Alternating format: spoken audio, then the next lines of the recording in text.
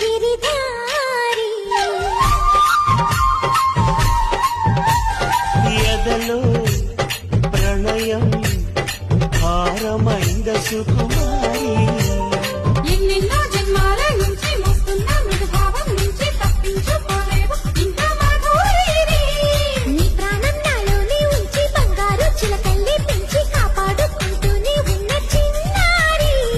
ఒట్టి మాట నమ్మలేవు మాటకారి